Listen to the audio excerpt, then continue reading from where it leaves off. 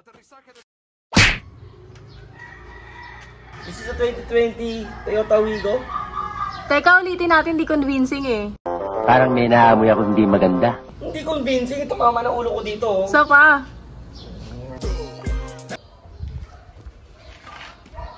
This is a 2020 Toyota Wigo. Top of the line. Ang G-variant. pangit. Ulit. Dumi-dumi dito. Pinag-iiga mo. Pangit. So pa. Yung...